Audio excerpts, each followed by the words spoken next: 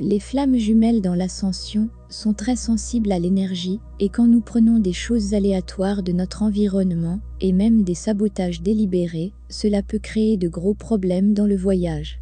Souvent des simples habitudes que vous faites pour le plaisir peuvent vous aider à garder le contact avec votre intuition, vous connecter avec votre guidance spirituelle et élever votre vibration.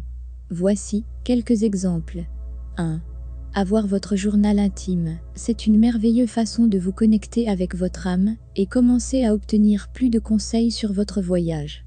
Écrire vos pensées permet également d'expulser les problèmes que vous pourriez avoir. Si vous avez été dérangé par une situation ou une personne, cela disparaît beaucoup plus rapidement si vous vous exprimez par écrit. 2. La visualisation créative. Chaque jour, prenez le temps de vous concentrer sur votre futur idéal. Même si c'est écrire quelques phrases à ce sujet sur votre téléphone. Inclure l'écriture liée au sens, comme ce que vous portez, est-il ensoleillé, où êtes-vous, avec qui êtes-vous, que buvez-vous ou mangez-vous? Cela correspond à votre énergie à inviter dans vos désirs. Quand nous continuons de nous concentrer sur ce que nous ne voulons pas, ou sur ce dont nous sommes mécontents ici et maintenant, nous continuons de l'inviter de la même manière. 3. La gratitude. Se concentrer sur ce que vous êtes reconnaissant pour chaque jour est une méthode scientifiquement prouvée pour augmenter le bonheur et augmenter votre vibration.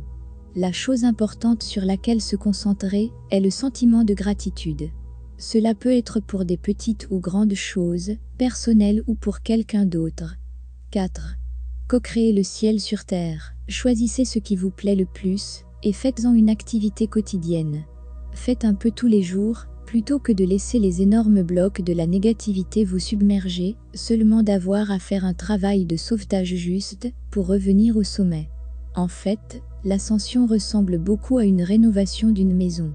Vous prenez la vieille maison humaine et enlevez les tapis et les papiers peints obsolètes, arrachant des pipes qui ont jailli la fuite et réinstallant de nouvelles choses fonctionnelles modernes à leur place. Des choses que vous choisissez parce qu'ils vous aident et vous rendent heureux, plutôt que ce qui est juste toujours été là.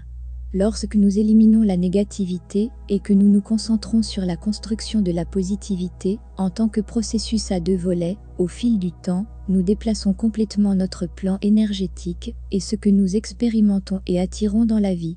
5. Réétalonnage de la réalité. Essayer de changer la réalité de l'extérieur devient comme essayer de tenir un ballon de plage sous l'eau. C'est épuisant, et dès que vous le lâchez, ça revient exactement là où vous avez commencé. Lorsque vous effacez votre énergie, vous réétalonnez tout votre champ de réalité et ce que vous êtes en train de faire. Vous changez les choses de l'intérieur. Et quand vous le faites de cette façon, les changements sont permanents. Enfin, l'énergie et la guérison, c'est comme aller à la gym, vous ne pouvez pas penser à votre façon, vous devez faire le vrai travail. C'est un engagement, et surtout, vous le faites pour vous.